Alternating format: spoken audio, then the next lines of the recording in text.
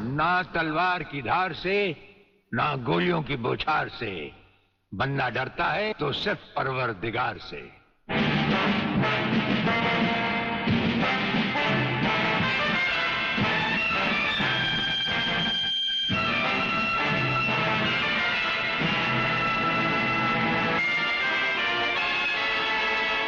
Brigadier Suryadev Singh. अच्छा, तो यही है तुम्हारा ब्रिगेडियर सूर्यदेव सिंह। ढूंढ लो इसे। खबरदार, कोई हिलेगा नहीं। हमारे कमांडोज ने तुम्हारे सब साथियों को घेर रखा है। स्वामी जी, जरा अपने पीछे भी नजर डालो। ये कमांडो बड़ा खतरनाक है। तुम्हारा बाप है, पत्ता हिलने से पहले ही पेड़ काट डालता है। तुम्हारी भलाई अब इसी में है कि बिना हिले जुले खामोश खड़े रहो।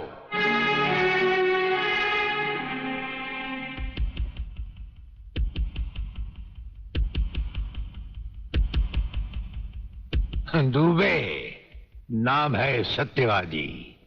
सत्यवादी दुबे। जैसे गधे की पीठ पर घोड़े की जीन अच्छी नहीं लगती, वैसे ही तुम्हारे कंधों पर ये सितारे अच्छे नहीं लगते। और ये कमरबंद पेटी भी अच्छी नहीं लगती।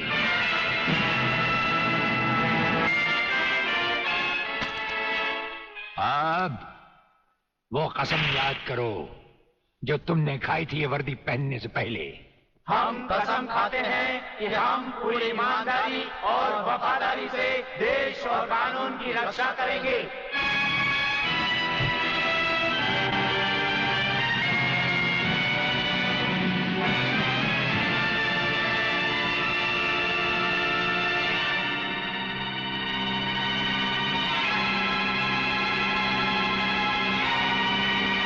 हम तुम्हें सिर्फ ये बताने आए हैं कि अगर तुमने तिरंगे के खिलाफ कोई भी कदम उठाया तो हम तुम्हें वो मौत देंगे जो ना तो किसी कानून की किताब में लिखी होगी और ना ही कभी किसी मुजरिम ने सोची होगी।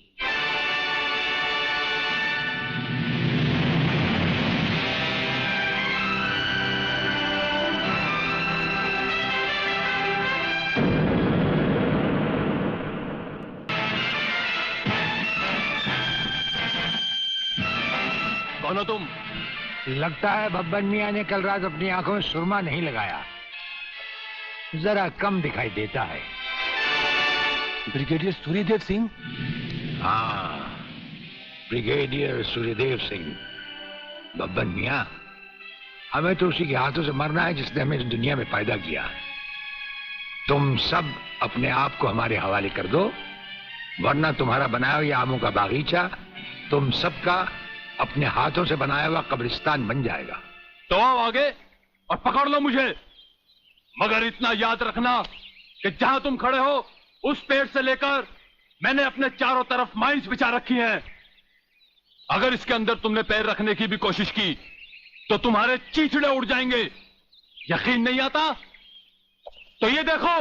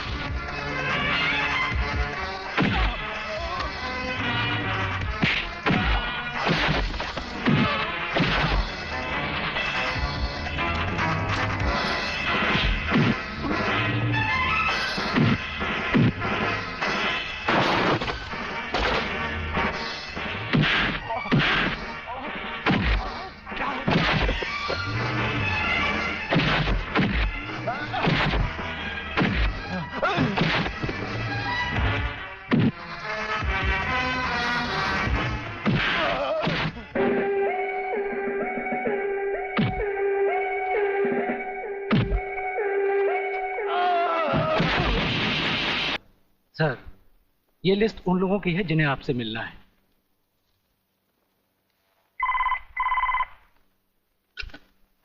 सर, मंत्री जी आपसे मिलना चाहते हैं। हाँ, टंडेल का नाम है क्या इसमें? जी नहीं सर।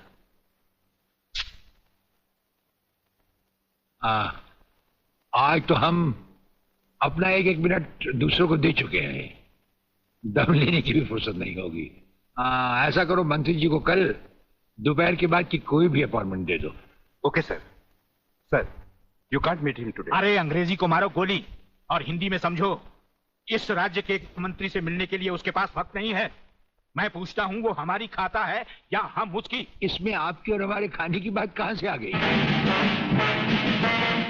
ओह, तो ये है ब्रिगेडियर। आप यहां अचानक आ पधारे हैं और हम आज का सारा वक्त औरों को दे चुके हैं। आखिर हम सब जनता ही के तो सेवक हैं। कुर्सी मिलने पर ये समझ लेना कि सारी सरकार आप ही की है, इसे हम कैसे मान लें? आप मुझे ये न समझाएं कि सरकार किसकी है। आप सिर्फ इतना समझिए कि आप एक सरकारी नौकर हैं और आपके सामने खड़ा हुआ ये इंसान इस राज्य का मंत्री है। खादी के कपड़े पहनने से और टोपी लगा लेने से कोई महात्मा गांधी नहीं बन जाता।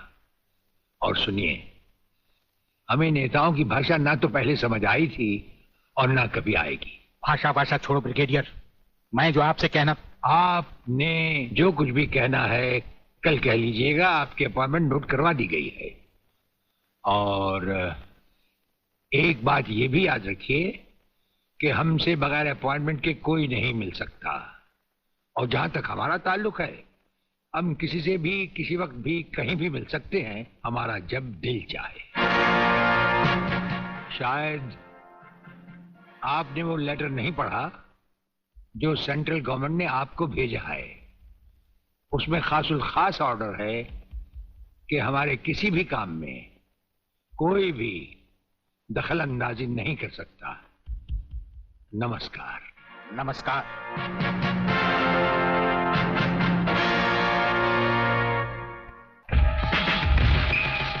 वेलकम। वेलकम। प्लीज।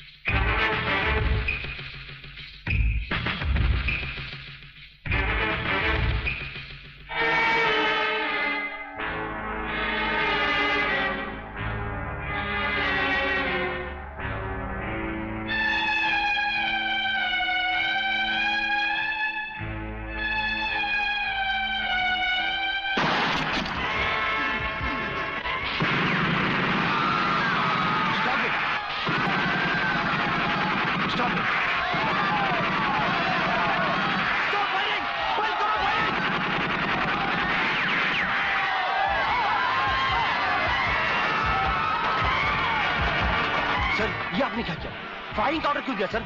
आपकी एक गलती से कितनी जाने गई, इसका जवाब कौन देगा ब्रिगेडियर साहब? मिस्टर तिवारी, इसका जवाब अब ब्रिगेडियर को ही देना होगा, और वो भी अदालत में।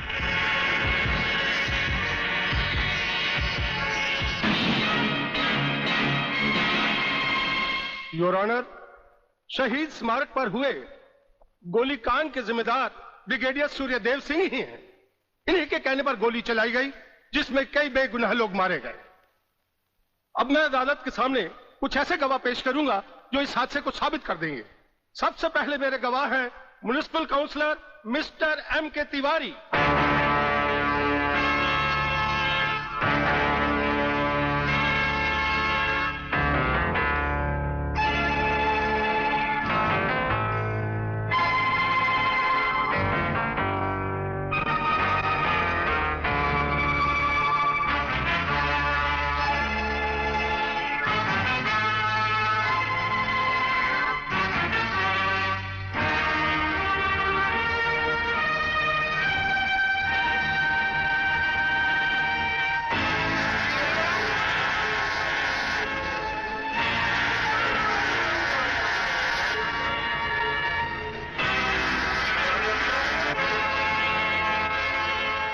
योर ऑनर, अब हमारा आखिरी एक ऐसा चश्मदीद गवाह है जिसकी सच्चाई पर कोई शक नहीं कर सकता, और वो है इंस्पेक्टर शिवाजीराव वागले।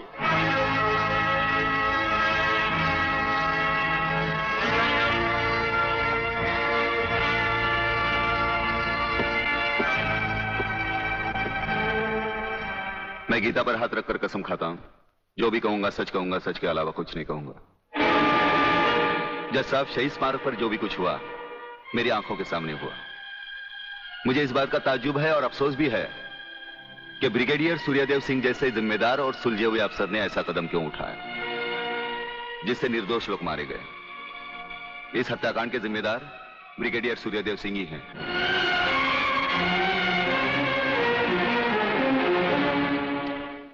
ब्रिगेडियर सूर्यदेव सिंह, अदालत ने आपके खिलाफ सारे बयान सुने। आप अपनी सफाई में कुछ कहना चाहेंगे या आपका कोई वकील है? हम अपनी डिफेंस खुद करेंगे, सिर्फ आपकी इजाजत चाहिए। इजाजत है?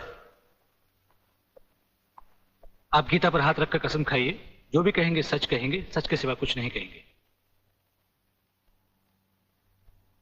जज साहब, क्या अदालत को यकीन है कि गीता और कुरान या बाइबल जैसे पवित्र ग्रंथों पर हाथ रखकर जो गवाहियां दी जाती हैं वो सच होती हैं? अगर इन कस्मों के बावजूद भी गवाह सच नहीं बोलता तो फिर अदालत में इन पवित्र ग्रंथों का अपमान किस लिए जज साहब?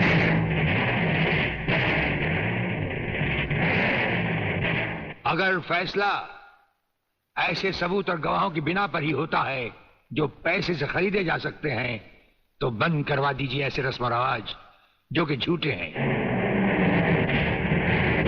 ये मुकद्दस ग्रंथ हमारे धर्म और ईमान का ताज है, हमारी जिंदगी की बुनियाद है।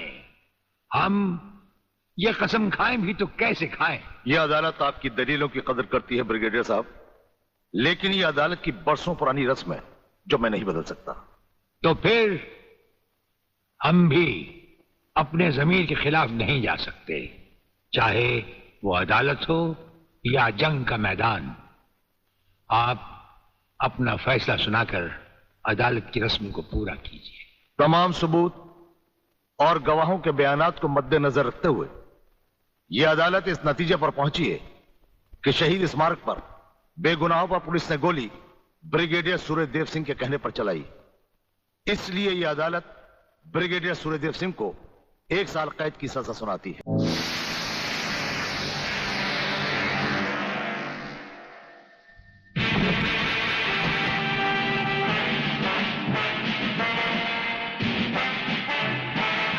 कुछ ही देर पहले तुम जेल की कोठरी में बंद थे, फिर वहां से निकले कैसे? और अपने ये कपड़े पहनकर यहां किसके हुक्म से आए? हम अपने हुक्म के खुद मालिक हैं। हम अपने हुक्म से ही अंदर आए थे और अपने ही हुक्म से बाहर चले जाएंगे। तुमसे अच्छी तरह मिल लेने के बाद। तुम्हें अच्छी तरह मालूम होना चाहिए कि तुम किसके सामने बैठे हो। हमें मालूम है, इसीलिए तो जूते तुम्हारे मुंह के सामने रखे हैं। तुम जैसे गद्दारों से हम नहीं, हमारे जूते ही मुंह लगाते हैं। सूर्यदेव सिंह! ब्रिगेडियर सूर्यदेव सिंह, भूल कैसे गए? हम आज भी ब्रिगेडियर हैं, कल भी ब्रिगेडियर थे। जेल में आना तो एक नाटक था तुम जैसे मुजरिम तक पहुंचने के लिए।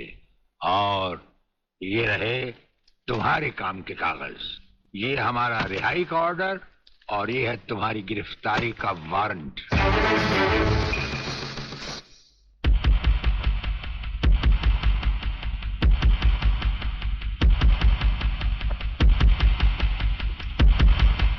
याद करो वो दिन जब तुमने ये वर्दी पहनने से पहले एक कसम खाई थी। याद करो।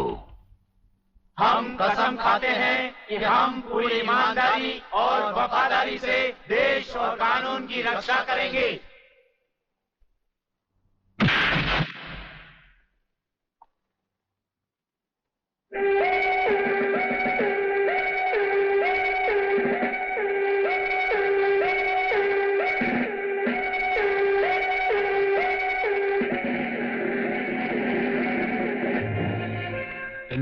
की बारात में ये वर्दी वाला दूल्हा नहीं जाएगा वागले। इसके भी कपड़े उतार डालो।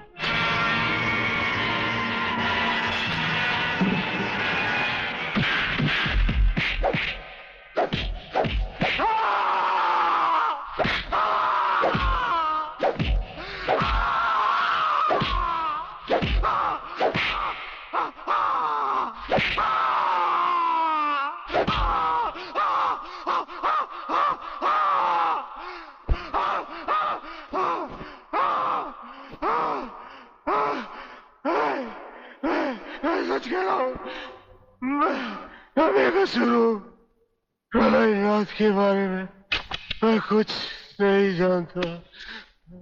बेहोश होने से पहले 3 बार, होश में आने के बाद 3 बार तेरा इसी तरह इलाज करता रहूंगा। अंधे के हाथ बटेर लग जाए तो वो शिकारी नहीं बन जाता गेंडा स्वामी। जिसे तुम प्रोफेसर खुराना समझे बैठे हो वो दरअसल तुम्हारा अपना ही एजेंट है, जो फ्रांस से प्रोफेसर खुराना का साई की तरह पीछा करता आ रहा है, समझे? प्रोफेसर तो वहां पहुंच चुके जहां उन्हें जाना था। मुझे माफ कर देना प्रलयनाथ जी, मैं प्रोफेसर खुराना नहीं, आप ही का एजेंट हूं। मगर हवाई जहाज में ही ब्रिगेडियर के कमांडो ने मुझे मजबूर कर दिया। प्रोफेसर ने गन पॉइंट पर मुझे जीवन लाल तक पहुंचाया। मैंने वहां भी कहना चाहा, लेकिन इन्होंने बम वाला हार मेरे गले में डाल दिया। मैं कुछ कहता तो वहीं जान से मारा जाता।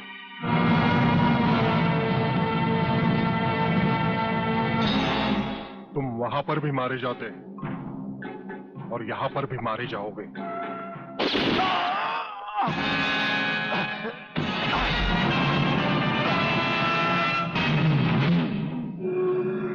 मैंने विदेशी एजेंट को तो सजा दे दी है ब्रिगेडियर, मगर प्रलयनाथ से ये दुश्मनी तुम्हें बहुत भारी पड़ेगी। जो भारी ना हो वो दुश्मनी ही क्या प्रलयनाथ।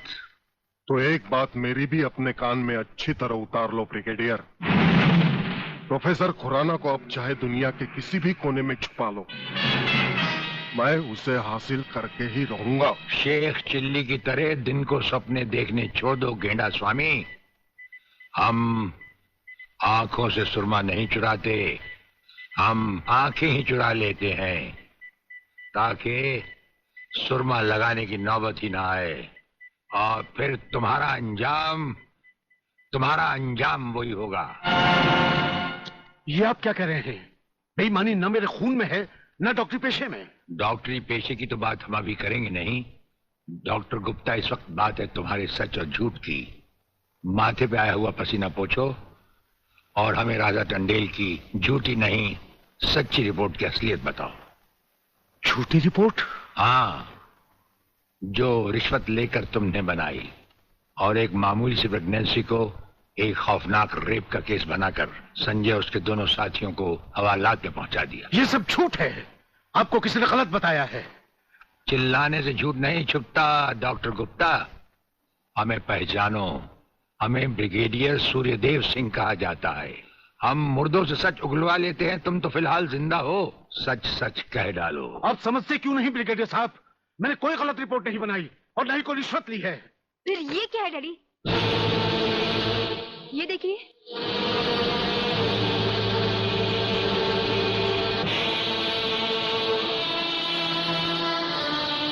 ये रुपए आपके कबड़ में थे डैडी।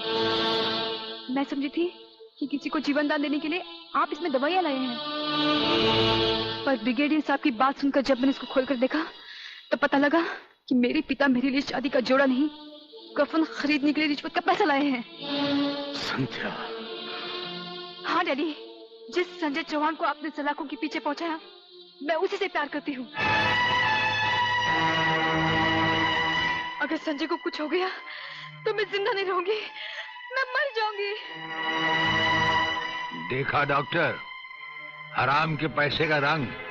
जिस पैसे से तुम अपनी बेटी की शादी बड़ी धूमधाम से करना चाहते थे, वही पैसा अब उसी बेटी का सुहाग छीन सकता है।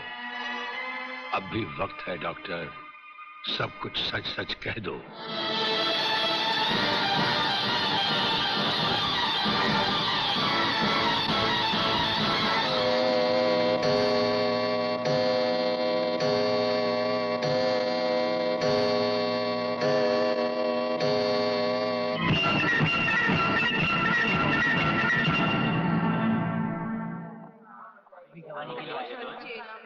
नहीं आता है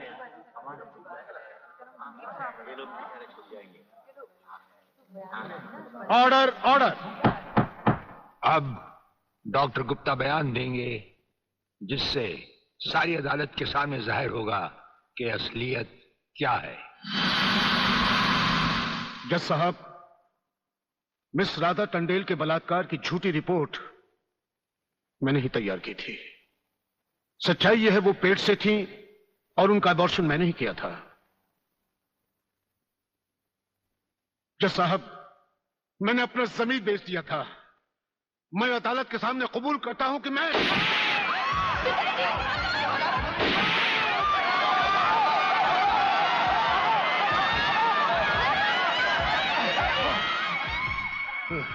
बेटे, जज साहब, रिश्वत लेकर वो पिताजी, झूठी रिपोर्ट वो मैंने ही तैयार की थी। वो लड़के निर्दोष। पिताजी, नहीं, ये नहीं हो सकता। पिताजी, पिताजी। आखिर तुमने वही किया जो हम नहीं चाहते थे। आज तक एक बात मेरी समझ में नहीं आई, आखिर आप चाहते क्या? क्या आप ये चाहते हैं कि एक के बाद एक की मौत होती रहे और हम चुपचाप देखते रहें? पहले डॉक्टर गुप्ता की मौत हो गई, फिर अली मारा गया, आज इस प्रलयनाथ के पिल्ले ने मुझ पर गोली चलाई। ये देखिए,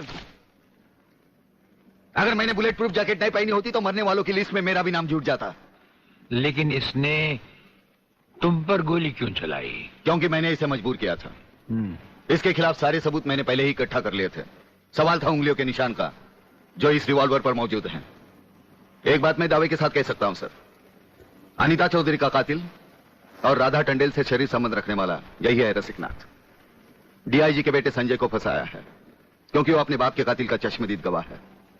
वागले, अब हम इसे उस अस्पताल में ले जाएंगे जहां इसके अंदर के छुपे हुए राज एक बीमारी की तरह बाहर आ जाएंगे।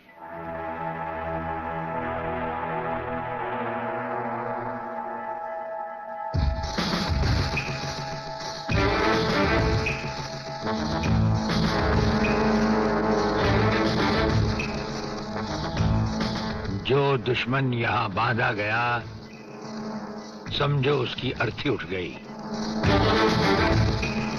हमारा ये हथियार आग उगलता है। जो कुछ हमने पूछा, अगर उसका जवाब तुमने सच सच नहीं दिया तो ये हथियार तुम्हें जला डालेगा।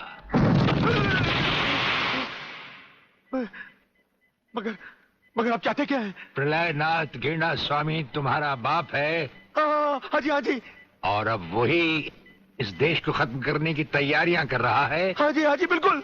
हाँ, मुझे माफ कर दो, मुझे जाने दो। नहीं, मैं बता रहा हूँ, मैं सब बता रहा हूँ। मेरे बाप का अगला प्लान क्या है? मुझे छोड़ दो। हाँ, मुझे मेरे बाप से कोई लेना नहीं है, मैं तो उसको जानता भी नहीं हूँ।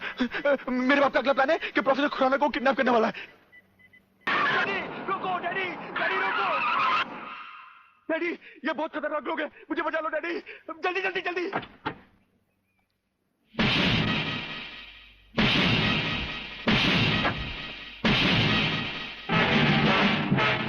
प्रलयनाथ, वो रहा तुम्हारा कबूतर बेटा और उसके गले में है जला देने वाला बम। उसका रिमोट कंट्रोल हमारे हाथ में है। अगर तुमने एक कदम भी आगे बढ़ाया तो उसे जलाकर राख कर दिया जाएगा।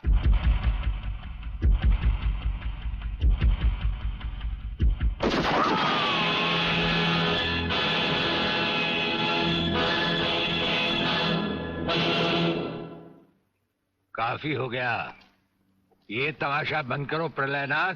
हाँ डैडी, आप वही करिए जो ये कहते हैं, वरना ये लोग बहुत खतरनाक लोग हैं, मुझे मार डालेंगे। क्या चाहते हो तुम? क्या मजेदार सवाल किया है तुमने, समझे नहीं। प्रोफेसर खुराना को वापस करो और अपने इस कबूतर बेटे को यहां से लेकर रफू चक्कर हो जाओ।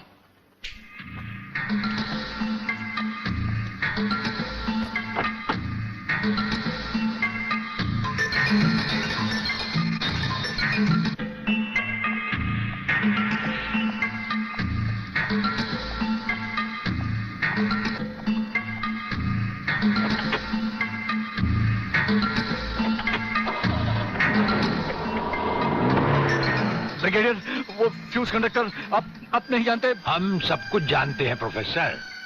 उसकी गाड़ी में हमारा ट्रांसमीटर लगाया जा चुका है। वो जो कुछ भी कहेगा, जो कुछ भी करेगा, जहां कहीं भी जाएगा, उसकी हर एक मूवमेंट की खबर हमें मिलती रहेगी। हमारे ट्रांसमीटर का सिग्नल बता रहा है कि गिड्डा स्वामी का अड्डा वो ये रहा। ये से बाहर एक वीरान जगह पहाड़ियों के बीचों बीच है। कमांडोज रेडी फॉर ऑपरेशन तिरंगा।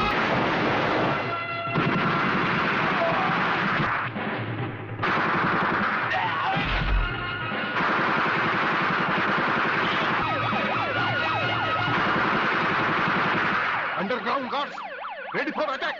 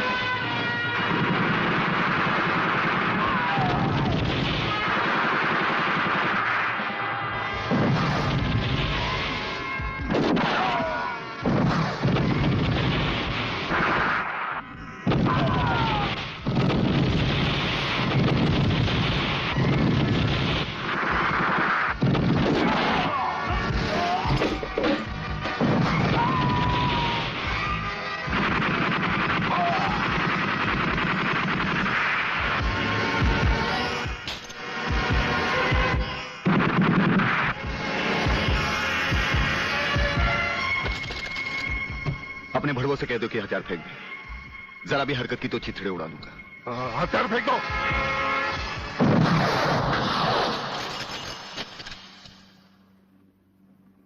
हम तो समझे थे कि तुम जंगबाजों की तरह जंग लड़ोगे, लेकिन तुम तो एक घटिया किस्म के भगौड़े प्यादे निकले। अधूरे में ही हथियार डाल दिए। प्रलयनाथ कभी कोई जंग अधूरी नहीं लड़ता ब्रिगेडियर। देखना चाहते हो तो देखो।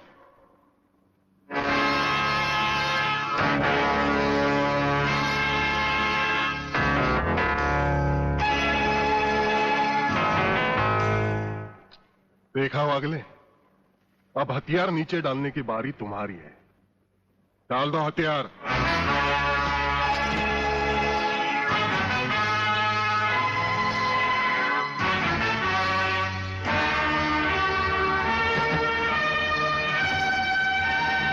ब्रिगेडियर, हथियार नीचे डाल दो।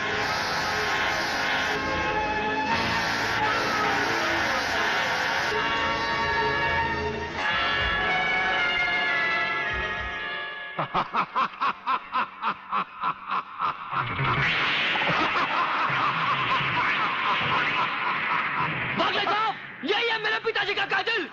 इसी ने मेरे पिताजी का खून किया। यही है कातिल। बागले साहब, मत छोड़ना इसे। हाँ, मैं हूं तेरे पिता का कातिल, और आज तुम सबका कत्ल भी मेरे हाथों से ही होगा। वागले, तुम्हारी गर्मी को ठंडा करने का सामान भी मैं साथ लाया हूं। वो देखो।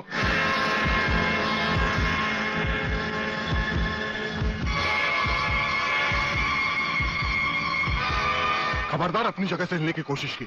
एक ही बटन दबाऊंगा, सबको राख कर दूंगा। अगर देखना चाहते हो तो ये देखो।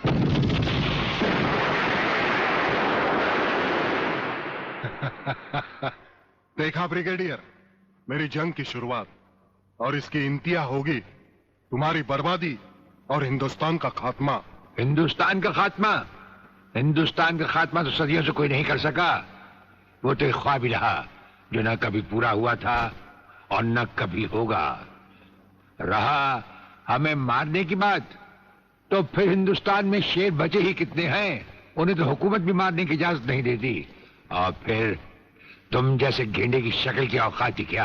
मेरी औकात का पता तो तुम्हें आज ही चलेगा ब्रिगेडियर। मैं भी देखता हूं इन शेर के जबड़ों में कितने दांत हैं।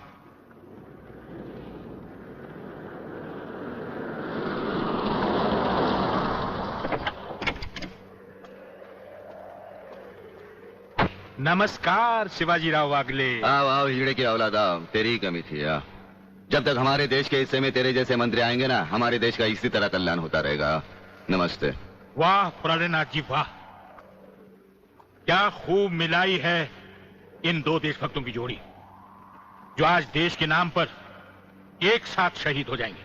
कई शहीद होते आए हैं और कई शहीद होते रहेंगे अपनी धरती माँ को बचाने के लिए, लेकिन तुम जैसे लोग जो अपने आप को ही नहीं अपनी माँ को भी दौलत की खातिर बेचते आए हैं, और उनका अंजाम एक गुमनाम लाश की तरह होगा जिसे गिद्ध और चीले नोच नोच कर खा जाएंगे। नोच नोच कर तो हमारे आदमी तुम्हें खाएंगे। मैंने फैसला किया है, आज 15 अगस्त के दिन मैं इस देश को बर्बाद कर दूंगा। आज वो दिन हमारे और तुम्हारे सामने है। ध्वजारोहण को अब सिर्फ 24 मिनट बाकी है, और 25वें मिनट में क्या होगा वो तुम सब अपनी आंखों से देखना। प्रलय 1 आउट, रेडी फॉर टारगेट।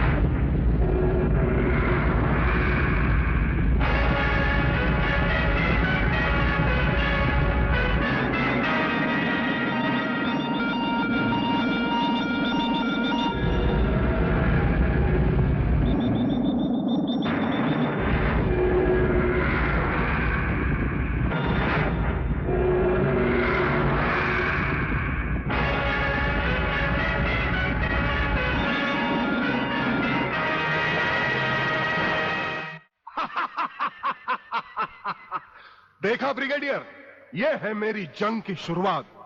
अब तुम सबके सामने ये मेरे तीनों मिसाइल्स ईस्ट, वेस्ट और नॉर्थ कमांड को खत्म करेंगे और हिंदुस्तान पर विदेशी हुकूमत का झंडा लहराएगा। और इस देश की बर्बादी तुम सब अपनी आंखों से देखोगे। ये देखो।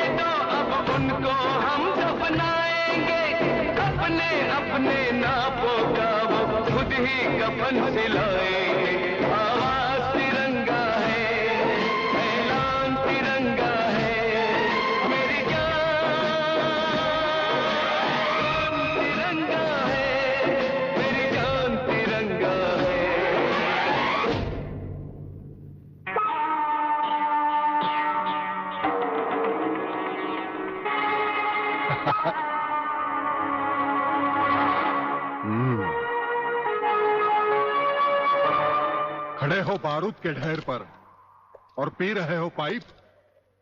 तुम्हारे जलवे में कोई कमी नहीं आई ब्रिगेडियर। तुम दोनों में से कोई भी अपनी जगह से हिला तो दोनों कैबिन रिमोट कंट्रोल से उड़ा दूंगा। खबरदार हिलो नहीं, भून कर रख दूंगा।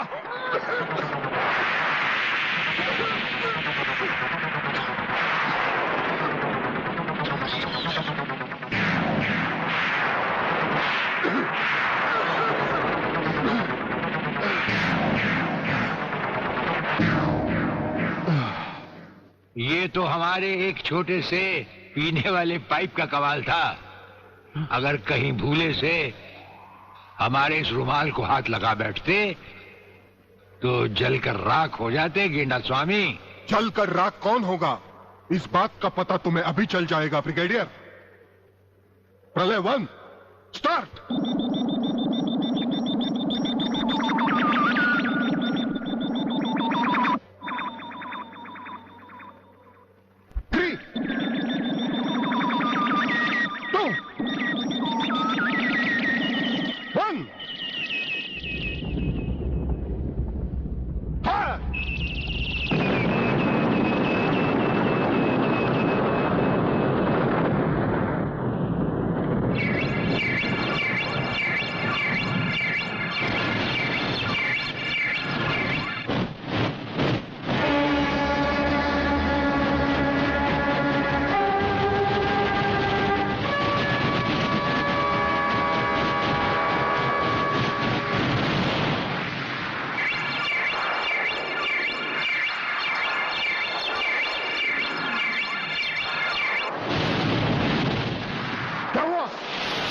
तीसरा सब मिसाइल चालू कर दो।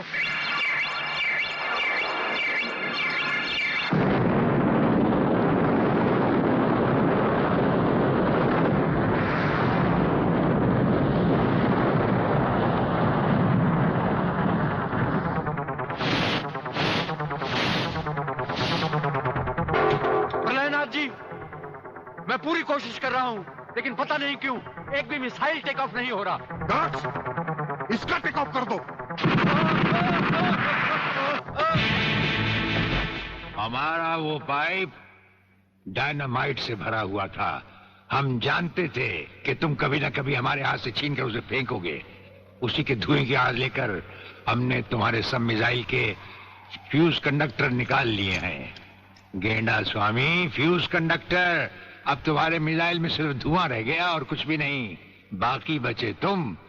गेंडा स्वामी, उसे तो हम निपट लेंगे। भून डालो इसे।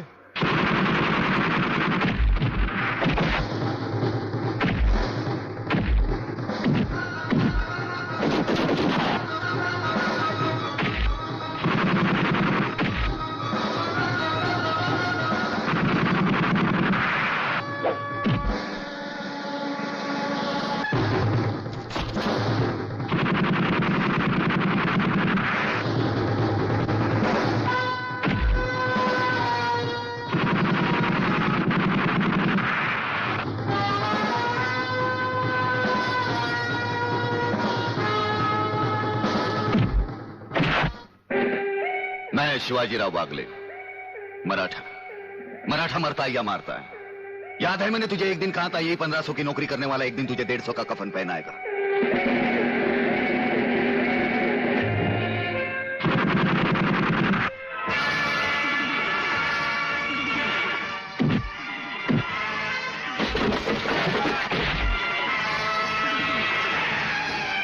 भाग रहे हो जानी? प्रधानमंत्री का ख्वाब देखने वाले मंत्री ब्रिगेडियर का सलाम नहीं लोगे? नहीं, मुझे मत मारो, मुझे मत मारो। तुम जैसा गद्दार और कहता है मुझे